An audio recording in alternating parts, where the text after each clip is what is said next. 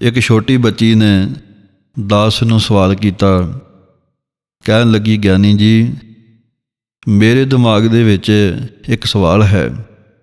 ਤੇ ਮੈਂ ਪੁੱਛਿਆ, ਬੇਟਾ ਸਵਾਲ ਕੀ ਹੈ? ਕਹਿਣ ਲੱਗੀ, ਮੇਰੇ ਮਨ ਦਾ ਸਵਾਲ ਇਹ ਹੈ, ਕਈ ਵਾਰੀ ਮੈਂ ਸੋਚਦੀ ਹੁੰਦੀ ਹਾਂ ਕਿ ਇਸ ਦੁਨੀਆ ਦੇ ਵਿੱਚ ਚੰਗੇ ਲੋਕ ਵੀ ਹਨ ਅਤੇ ਬੁਰੇ ਲੋਕ ਵੀ ਹਨ। ਮੇਰਾ ਸਵਾਲ ਇਹ ਹੈ ਕਿ ਇੱਦਾਂ ਨਹੀਂ ਹੋ ਸਕਦਾ ਕਿ ਸਾਰੀ ਦੁਨੀਆ ਚੰਗੀ ਹੋ ਜਾਵੇ, ਸਾਰੇ ਚੰਗੇ ਇਨਸਾਨ ਹੋਣ, ਕੋਈ ਮਾੜਾ ਨਾ ਹੋਵੇ। ਕੀ ਪਰਮਾਤਮਾ ਵਾਹਿਗੁਰੂ ਸਾਰੀ ਦੁਨੀਆ ਨੂੰ ਚੰਗਿਆ ਨਹੀਂ ਕਰ ਸਕਦਾ? ਉਹਦੇ ਵਿੱਚ ਸਮਰੱਥਾ ਹੈ, ਉਹਦੇ ਵਿੱਚ ਤਾਕਤ ਹੈ। ਉਹ ਵਾਹਿਗੁਰੂ ਕਰ ਸਕਦਾ ਹੈ, ਪਰ ਕਰਦਾ ਕਿਉਂ ਨਹੀਂ? ਜੇ ਉਹ ਵਾਹਿਗੁਰੂ ਇਸ ਤਰ੍ਹਾਂ ਕਰ ਸਕਦਾ ਹੈ ਤਾਂ ਫਿਰ ਉਹ ਸਾਰਿਆਂ ਨੂੰ ਚੰਗੇ ਕਿਉਂ ਨਹੀਂ ਬਣਾ ਦਿੰਦਾ ਇੱਕੋ ਵਾਰੀ? ਇਹਨਾਂ ਨੂੰ ਫਿਰ ਸਜ਼ਾ ਮਿਲਦੀ ਹੈ, ਬੁਰੇ ਲੋਕਾਂ ਨੂੰ। ਇਹ ਸਾਰਾ ਕੁਝ ਕਿਉਂ ਹੈ? ਉਸ ਕੋਮਲ ਅਤੇ ਨਿਰਵੈਰ ਹਿਰਦੇ ਦੇ ਵਿੱਚੋਂ ਨਿਕਲੇ ਹੋਏ ਇਸ ਸਵਾਲ ਨੂੰ ਸੁਣ ਕੇ ਦਾਸ ਨੂੰ ਬਹੁਤ ਖੁਸ਼ੀ ਹੋਈ। ਆਮ ਹੀ ਕਈਆਂ ਦਾ ਇਹ ਸਵਾਲ ਵੀ ਹੁੰਦਾ ਹੈ। ਬਹੁਤਿਆਂ ਨੇ ਕਈ ਵਾਰੀ ਪੁੱਛਿਆ ਕਿ ਪਰਮਾਤਮਾ ਤਾਂ ਕਰਨ ਕਾਰਨ ਸਮਰੱਥ ਹੈ, ਫਿਰ ਉਹ ਇਸ ਤਰ੍ਹਾਂ ਕਰਦਾ ਕਿਉਂ ਨਹੀਂ? ਕਿਉਂ ਮਾੜੇ ਤੇ ਚੰਗੇ ਇਨਸਾਨ ਹਨ? ਜਿੱਥੇ ਉਸ ਬੱਚੀ ਦਾ ਸਵਾਲ ਸੁਣ ਕੇ ਮਨ ਨੂੰ ਖੁਸ਼ੀ ਹੋਈ, ਮਨ ਨੇ ਸੋਚਿਆ ਵੀ ਇਸ ਬੱਚੀ ਦੇ ਸਵਾਲ ਦਾ ਜਵਾਬ ਇਹਦੀ ਜ਼ਿੰਦਗੀ ਦੇ ਕਿਸੇ ਸੰਬੰਧਿਤ ਚੀਜ਼ ਦੇ ਨਾਲ ਹੀ ਦੇਣਾ ਚਾਹੀਦਾ ਹੈ ਤਾਂ ਜੋ ਜਲਦੀ ਸਮਝ ਆਵੇ। ਮੈਂ ਉਸ ਬੱਚੀ ਨੂੰ ਆਖਿਆ, ਬੇਟਾ ਤੁਸੀਂ ਸਕੂਲ ਵਿੱਚ ਪੜ੍ਹਦੇ ਹੋ, ਤੁਹਾਡੀ ਕਲਾਸ ਦੇ ਵਿੱਚ ਜਦੋਂ ਐਗਜ਼ਾਮ ਹੁੰਦੇ ਨੇ, ਸਕੂਲ ਦੇ ਵਿੱਚ ਇਮਤਿਹਾਨ ਹੁੰਦਾ ਹੈ, ਕੀ ਕਦੇ ਇੱਦਾਂ ਹੋਇਆ ਹੈ ਕਿ ਸਾਰੇ ਬੱਚੇ ਪਾਸ ਹੋ ਜਾਣ? ਕੀ ਇੱਦਾਂ ਹੁੰਦਾ ਹੈ ਕਿ ਬਹੁਤੇ ਪਾਸ ਹੋ ਗਏ ਅਤੇ ਕੁਝ ਨਲਾਇਕ ਜੋ ਸਨ ਉਹ ਫੇਲ ਹੋ ਗਏ? ਕਹਿਣ ਲੱਗੀ, ਹਾਂਜੀ ਗਿਆਨੀ ਜੀ, ਇਸ ਤਰ੍ਹਾਂ ਹੁੰਦਾ ਹੈ। ਜਿਹੜੇ ਬਹੁਤਾ ਪੜ੍ਹਦੇ ਨੇ ਉਹ ਬਹੁਤੇ ਨੰਬਰ ਲੈ ਲੈਂਦੇ ਨੇ ਅਤੇ ਜਿਹੜੇ ਨਹੀਂ ਪੜ੍ਹਦੇ ਉਹ ਫੇਲ ਹੋ ਜਾਂਦੇ ਨੇ। ਮੈਂ ਕਿਹਾ, ਹੋਰ ਕਾਰਨ ਕੀ ਹੈ ਉਹਨਾਂ ਦੇ ਪਾਸ ਅਤੇ ਫੇਲ ਹੋਣ ਦੇ ਵਿੱਚ? ਥੋੜ੍ਹਾ ਚਿਰ ਸੋਚਣ ਤੋਂ ਬਾਅਦ ਕਹਿਣ ਲੱਗੀ, ਹਾਂ, ਕੋਈ ਚੰਗੇ ਨੰਬਰ ਪੜ੍ਹ ਕੇ ਵੀ ਆਉਂਦੇ ਹਨ ਅਤੇ ਕੁਝ ਨੰਬਰ ਸਕੂਲ ਵਾਲੇ ਇਸ ਕਰਕੇ ਦਿੰਦੇ ਨੇ ਕਿ ਇਹਨੇ ਹਾਜ਼ਰੀ ਚੰਗੀ ਭਰੀ ਹੈ, ਇਹਨੇ ਸਕੂਲ ਦੇ ਜਿਹੜੇ ਨਿਯਮ ਹਨ, ਰੂਲ ਹਨ, ਉਹ ਫਾਲੋ ਕੀਤੇ ਨੇ ਅਤੇ ਅਧਿਆਪਕਾਂ ਦਾ ਸਤਿਕਾਰ ਕੀਤਾ ਹੈ। ਉਹ ਜਿਹੜੇ ਨੰਬਰ ਹਨ ਉਹ ਵੀ ਵਿੱਚ ਇਹਦੇ ਪਲੱਸ ਹੋ ਜਾਂਦੇ ਨੇ ਅਤੇ ਚੰਗੀ ਮਾਰਕਸ਼ੀਟ ਬਣ ਜਾਂਦੀ ਹੈ, ਚੰਗੇ ਨੰਬਰ ਬਣ ਜਾਂਦੇ ਹਨ। ਫਿਰ ਮੈਂ ਉਸ ਬੱਚੀ ਨੂੰ ਸਵਾਲ ਕੀਤਾ ਕਿ ਕੀ ਇਸ ਤਰ੍ਹਾਂ ਹੋ ਸਕਦਾ ਹੈ ਕਿ ਤੁਹਾਡੇ ਸਕੂਲ ਦਾ ਪ੍ਰਿੰਸੀਪਲ ਜਾਂ ਤੁਹਾਡੀ ਕਲਾਸ ਦਾ ਜੋ ਟੀਚਰ ਹੈ, ਜਿਹੜੇ ਫੇਲ ਹੋ ਚੁੱਕੇ ਬੱਚੇ ਹਨ, ਇਹਨਾਂ ਸਾਰਿਆਂ ਨੂੰ ਹੀ ਪਾਸ ਕਰ ਦੇਵੇ? ਕਿਉਂਕਿ ਉਹਦੇ ਵਿੱਚ ਤਾਂ ਤਾਕਤ ਹੈ, ਉਹਦੇ ਕੋਲ ਤਾਂ ਸਮਰੱਥਾ ਹੈ ਵੀ ਉਹ ਸਾਰੇ ਸਕੂਲ ਦੇ ਵਿੱਚ ਜਿੰਨੇ ਬੱਚੇ ਫੇਲ ਹੋਏ ਨੇ, ਜਿੰਨੀਆਂ ਕਲਾਸਾਂ ਦੇ ਵਿੱਚ, ਸਾਰਿਆਂ ਨੂੰ ਹੀ ਪਾਸ ਕਰ ਦੇਵੇ, ਕੋਈ ਫੇਲ ਨਾ ਹੋਵੇ। ਬੱਚੀ ਨੇ ਥੋੜ੍ਹਾ ਜਿਹਾ ਮੁਸਕਰਾਇਆ, ਕਹਿਣ ਲੱਗੀ, ਗਿਆਨੀ ਜੀ, ਇਸ ਦਾ ਨਹੀਂ ਹੋ ਸਕਦਾ। ਸਾਰਿਆਂ ਨੂੰ ਪਾਸ ਨਹੀਂ ਕੀਤਾ ਜਾ ਸਕਦਾ ਅਤੇ ਸਾਰਿਆਂ ਨੂੰ ਫੇਲ ਵੀ ਨਹੀਂ ਕੀਤਾ ਜਾ ਸਕਦਾ। ਮੈਂ ਕਿਹਾ, ਕਿਉਂ ਨਹੀਂ ਕੀਤਾ ਜਾ ਸਕਦਾ? ਇਹਦਾ ਕਾਰਨ ਕੀ ਹੈ? ਮੰਨ ਲਓ ਜੇ ਪ੍ਰਿੰਸੀਪਲ ਸਾਰੇ ਸਕੂਲ ਦੇ ਬੱਚਿਆਂ ਨੂੰ ਹੀ ਪਾਸ ਕਰ ਦੇਵੇ ਅਤੇ ਇਹਦੇ ਵਿੱਚ ਨੁਕਸਾਨ ਕੀ ਹੈ? ਇਹ ਤਾਂ ਉਹਨਾਂ ਦਾ ਭਲਾ ਹੈ, ਉਹਨਾਂ ਦੇ ਉੱਤੇ ਦਇਆ ਹੋਵੇਗੀ, ਉਹਨਾਂ 'ਤੇ ਤਰਸ ਹੋਵੇਗਾ, ਜਿਹੜੇ ਪਿੱਛੇ ਰਹਿ ਚੁੱਕੇ ਨੇ ਅੱਗੇ ਆ ਜਾਣਗੇ। ਕਹਿਣ ਲੱਗੀ, ਨਹੀਂ ਗਿਆਨੀ ਜੀ, ਜੇ ਇਸ ਤਰ੍ਹਾਂ ਹੋ ਗਿਆ, ਜਿਹੜੇ ਬੱਚੇ ਫੇਲ ਹੋ ਚੁੱਕੇ ਹਨ, ਜਿਹੜੇ ਨਲਾਇਕ ਹਨ, ਫਿਰ ਉਹ ਜ਼ਿੰਦਗੀ ਵਿੱਚ ਕੁਝ ਸਿੱਖ ਨਹੀਂ ਸਕਣਗੇ, ਫਿਰ ਉਹ ਜ਼ਿੰਦਗੀ ਵਿੱਚ ਚੰਗੇ ਇਨਸਾਨ ਨਹੀਂ ਬਣ ਸਕਦੇ। ਨਕਲ ਮਾਰ ਕੇ ਅਤੇ ਇੱਦਾਂ ਪਾਸ ਹੋਏ ਬੱਚੇ ਕਦੇ ਵੀ ਜ਼ਿੰਦਗੀ 'ਚ ਸਫਲ ਨਹੀਂ ਹੋ ਸਕਦੇ। ਇਹ ਬੱਚੀ ਦੇ ਬੋਲ ਸੁਣ ਕੇ ਮੈਂ ਹੈਰਾਨ ਵੀ ਬਹੁਤ ਹੋਇਆ ਕਿ ਉਮਰ ਤਾਂ ਥੋੜ੍ਹੀ ਹੈ, ਖਿਆਲ ਕਿੰਨੇ ਉੱਚੇ ਹਨ। ਅਕਸਰ ਹੀ ਉਹ ਬੱਚੀ ਮੇਰੇ ਕੋਲ ਸੰਥਿਆ ਕਰਦੀ ਗੁਰਬਾਣੀ ਦੀ। ਮੈਂ ਉਹਨੂੰ ਯਾਦ ਦਿਵਾਇਆ, ਮੈਂ ਕਿਹਾ, ਬੱਚੀਏ, ਤੇਰੇ ਸਵਾਲ ਦਾ ਜਵਾਬ ਇਹਨਾਂ ਗੱਲਾਂ ਤੋਂ ਬਾਅਦ ਸਪਸ਼ਟ ਹੋ ਗਿਆ ਹੈ। ਜਪਜੀ ਸਾਹਿਬ ਦੀ 34 ਨੰਬਰ ਪੌੜੀ ਯਾਦ ਕਰ। ਉੱਥੇ ਗੁਰੂ ਸਾਹਿਬ ਨੇ ਆਖਿਆ ਹੈ, ਰਾਤੀ ਰੁੱਤੀ ਥਿੱਤੀ ਵਾਰ, ਪਵਨ ਪਾਣੀ ਅਗਨੀ ਪਾਤਾਲ।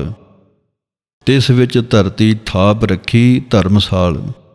ਮੈਂ ਜਦੋਂ ਇਹ ਪੰਕਤੀ ਪੜ੍ਹੀ ਤੇ ਉਹਨੂੰ ਖਿਆਲ ਆਇਆ ਵੀ ਹਾਂ, ਇਹ ਜਪਜੀ ਸਾਹਿਬ ਦੇ ਵਿੱਚੋਂ ਹੈ। ਫਿਰ ਮੈਂ ਉਹਨੂੰ ਇਹ ਗੱਲ ਆਖੀ, ਮੈਂ ਕਿਹਾ ਜਿਵੇਂ ਤੁਹਾਡਾ ਸਕੂਲ ਹੈ, ਉੱਥੇ ਬੱਚੇ ਸਿੱਖਣ ਵਾਸਤੇ ਜਾਂਦੇ ਹਨ, ਇੱਕ ਚੰਗਾ ਇਨਸਾਨ ਉੱਥੋਂ ਪੈਦਾ ਹੁੰਦਾ ਹੈ, ਇਸੇ ਤਰ੍ਹਾਂ ਹੀ ਪ੍ਰਮਾਤਮਾ ਨੇ ਇਸ ਧਰਤੀ ਨੂੰ ਧਰਮਸਾਲ ਬਣਾਇਆ ਹੈ, ਜਿੱਥੇ ਧਰਮ ਸਿਖਾਇਆ ਜਾਵੇ, ਜਿੱਥੇ ਇਨਸਾਨੀਅਤ ਸਿਖਾਈ ਜਾਵੇ, ਜਿੱਥੇ ਗੁਣਾਂ ਦੀ ਸਾਂਝ ਸਿਖਾਈ ਜਾਵੇ। ਪ੍ਰਮਾਤਮਾ ਨੇ ਇਹ ਸਾਰਾ ਕੁਝ ਬਣਾ ਕੇ ਇਹ ਧਰਮਸਾਲ ਧਰਤੀ ਦਾ ਨਾਮ ਦਿੱਤਾ ਹੈ ਇਹਨੂੰ। ਜਿਵੇਂ ਤੁਸੀਂ ਸਕੂਲ ਵਿੱਚ ਪੜ੍ਹਨ ਵਾਸਤੇ ਜਾਂਦੇ ਹੋ, ਪ੍ਰਮਾਤਮਾ ਨੇ ਹਰੇਕ ਮਨੁੱਖ ਨੂੰ ਹੀ ਇਸ ਧਰਤੀ ਸਕੂਲ ਦੇ ਉੱਤੇ ਧਰਮਸਾਲ ਦੇ ਵਿੱਚ ਸਾਰਿਆਂ ਨੂੰ ਪੜ੍ਹਨ ਵਾਸਤੇ ਭੇਜਿਆ ਹੈ ਕਿ ਜਾਓ, ਜਾ ਕੇ ਮਨੁੱਖਾ ਸਰੀਰ ਦੇ ਰਾਹੀਂ ਧਰਮ ਸਿੱਖੋ, ਧਰਮ ਕਮਾਉਣਾ ਸਿੱਖੋ, ਸੱਚਾਈ ਸਿੱਖੋ, ਗੁਣ ਧਾਰਨ ਕਰਨੇ ਸਿੱਖੋ। ਗੁਰੂ ਸਾਹਿਬ ਨੇ ਆਖਿਆ ਹੈ, ਸਾਂਝ ਕਰੀਜੈ ਗੁਣੈ ਕੇਰੀ, ਛੋੜ ਅਵਗਣ ਚੱਲੀਐ। ਇਹ ਵਾਲੇ ਗੁਣ ਸਿੱਖ ਕੇ ਆਓ। ਤੇ ਨਾਲ ਹੀ ਇਹ ਗੱਲ ਕਹਿ ਦਿੱਤੀ, ਈਹਾ ਖਾੜ ਚੱਲਹੁ ਹਰ ਲਾਹਾ, ਆਗੈ ਬਸਨ ਸੁਹੇਲਾ। ਇਸ ਧਰਮਸਾਲ ਦੇ ਵਿੱਚ ਲਾਹਾ ਲਓ, ਮਨੁੱਖਤਾ ਦੀ ਸੇਵਾ ਕਰਕੇ ਚੰਗੇ ਨੰਬਰ ਲਵੋ। ਵਿੱਚ ਦੁਨੀਆ ਸੇਵ ਕਮਾਈਐ, ਤਾਂ ਦਰਗਹ ਬੈਸਣ ਪਾਈਐ। ਇਹ ਚੰਗਿਆਈਆਂ, ਇਹ ਪ੍ਰਮਾਤਮਾ ਦੇ ਸਭ ਗੁਣ ਸਿੱਖਣ ਵਾਸਤੇ ਇਨਸਾਨ ਨਾਮ ਜਪਣ ਵਾਸਤੇ ਆਉਂਦਾ ਹੈ। ਗੁਰੂ ਦੀ ਦਿੱਤੀ ਹੋਈ ਸਿੱਖਿਆ ਇਹਦੇ ਅੰਦਰ ਚੰਗੇ ਗੁਣ ਪੈਦਾ ਕਰਦੀ ਏ, ਅਤੇ ਇੱਥੇ ਸਿੱਖਿਆ ਹੋਇਆਂ ਨੂੰ ਜਿਹੜੇ ਗੁਰੂ ਵੱਲੋਂ ਪਾਸ ਕੀਤੇ ਜਾਂਦੇ ਨੇ, ਫਿਰ ਉਹ ਪ੍ਰਮਾਤਮਾ ਦੀ ਦਰਗਾਹ ਦੇ ਵਿੱਚ ਪ੍ਰਵਾਨ ਹੋ ਜਾਂਦੇ ਨੇ। ਇਹ ਉਸੇ ਤਰ੍ਹਾਂ ਹੀ ਹੈ, ਜਿਵੇਂ ਤੁਹਾਡੇ ਸਕੂਲ ਦੇ ਵਿੱਚ ਕੋਈ ਟੀਚਰ ਦੇ ਅਧਿਆਪਕ ਦੀ ਆਗਿਆ ਵਿੱਚ ਰਹਿ ਕੇ ਸਿੱਖਿਆ ਲੈ ਕੇ ਇੱਕ ਚੰਗਾ ਇਨਸਾਨ ਬਣਦਾ ਹੈ, ਇਸੇ ਤਰ੍ਹਾਂ ਹੀ ਇਸ ਧਰਮਸਾਲ ਧਰਤੀ ਦੇ ਉੱਤੇ ਪ੍ਰਮਾਤਮਾ ਮਨੁੱਖ ਨੂੰ ਭੇਜਦਾ ਹੈ ਅਤੇ ਗੁਰੂ ਦੀ ਸਿੱਖਿਆ ਲੈ ਕੇ, ਆਗਿਆ ਵਿੱਚ ਰਹਿ ਕੇ, ਚੰਗੇ ਨੰਬਰ ਲੈ ਕੇ, ਗੁਰੂ ਦੀ ਸਿੱਖਿਆ ਨੂੰ ਲੈ ਕੇ ਉਹ ਪ੍ਰਮਾਤਮਾ ਦੀ ਦਰਗਾਹ ਵਿੱਚ ਕਬੂਲ ਹੋ ਜਾਂਦਾ ਹੈ।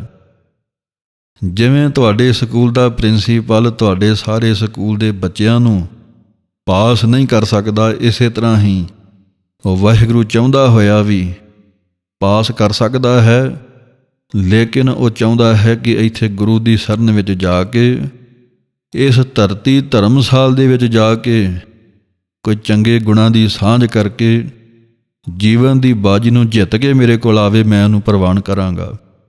ਗੁਰਬਾਣੀ ਦੇ ਵਿੱਚ ਮਹਾਰਾਜ ਨੇ ਆਖਿਆ ਹੈ, ਸਤੀ ਪਹਿਰੀ ਸਤ ਭਲਾ, ਬਹੀਐ ਪੜ੍ਹਿਆ ਪਾਸ, ਉਥੈ ਪਾਪ ਪੁੰਨ ਵਿਚਾਰੀਐ, ਕੂੜੈ ਘਟੈ ਰਾਸ। ਉਥੈ ਖੋਟੇ ਸਟੀਐ, ਖਰੇ ਕੀਚੈ ਸਾਬਾਸ। ਜਿਹੜੇ ਚੰਗੇ ਹਨ, ਗੁਣਾਂ ਵਾਲੇ ਹਨ, ਪ੍ਰਮਾਤਮਾ ਉਹਨਾਂ ਨੂੰ ਪ੍ਰਵਾਨ ਕਰ ਲੈਂਦਾ। ਜਿਹੜੇ ਨਲਾਇਕ, ਜਿਨ੍ਹਾਂ ਨੇ ਸਾਰੀ ਉਮਰ ਹੀ ਸਿੱਖਿਆ ਕੁਝ ਨਹੀਂ, ਸਗੋਂ ਪ੍ਰਮਾਤਮਾ ਦੀ ਦਿੱਤੀ ਹੋਈ ਸਿੱਖਿਆ ਦੇ ਉਲਟ ਚੱਲੇ ਅਤੇ ਸਕੂਲ ਧਰਮਸਾਲ ਪ੍ਰਮਾਤਮਾ ਦੀ ਇਸ ਧਰਤੀ ਦੇ ਉੱਤੇ ਆਣ ਕੇ ਭੰਨ ਤੋੜ ਕੀਤੀ, ਜੀਵਾਂ ਦੇ ਹਿਰਦੇ ਦਿਖਾਏ, ਉਹਨਾਂ ਨੂੰ ਫਿਰ ਬਾਹਰ ਸੁੱਟ ਦਿੱਤਾ ਜਾਂਦਾ ਹੈ। ਫਿਰ ਮਹਾਰਾਜ ਨੇ ਆਖਿਆ ਹੈ, ਇੱਕ ਖੋਟੇ ਇੱਕ ਖਰੇ, ਆਪੇ ਪਰਖਣ ਹਾਰ, ਖਰੀ ਖਜ਼ਾਨਾ ਪਾਈਆ ਹੈ, ਖੋਟੇ ਸਟੀਆ ਹੈ ਬਾਹਰ ਵਾਰ। ਖੋਟੇ ਸੱਚੀ ਦਰਗਹ ਸੁੱਟੀਆ ਹੈ, ਕਿਸ ਆਗੈ ਕਰਹਿ ਪੁਕਾਰ।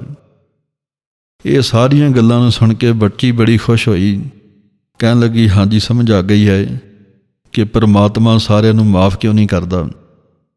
ਇਹ ਇੱਕ ਸਕੂਲ ਦੀ ਨਿਆਈ ਹੈ, ਇਹ ਧਰਮਸਾਲ ਹੈ। ਇੱਥੇ ਜਿੰਨਾ ਕੋਈ ਸਿੱਖ ਲਵੇਗਾ, ਕਰਮੀ ਆਪੋ ਆਪਣੀ, ਕੇ ਨੇੜਾ ਕੇ ਦੂਰ।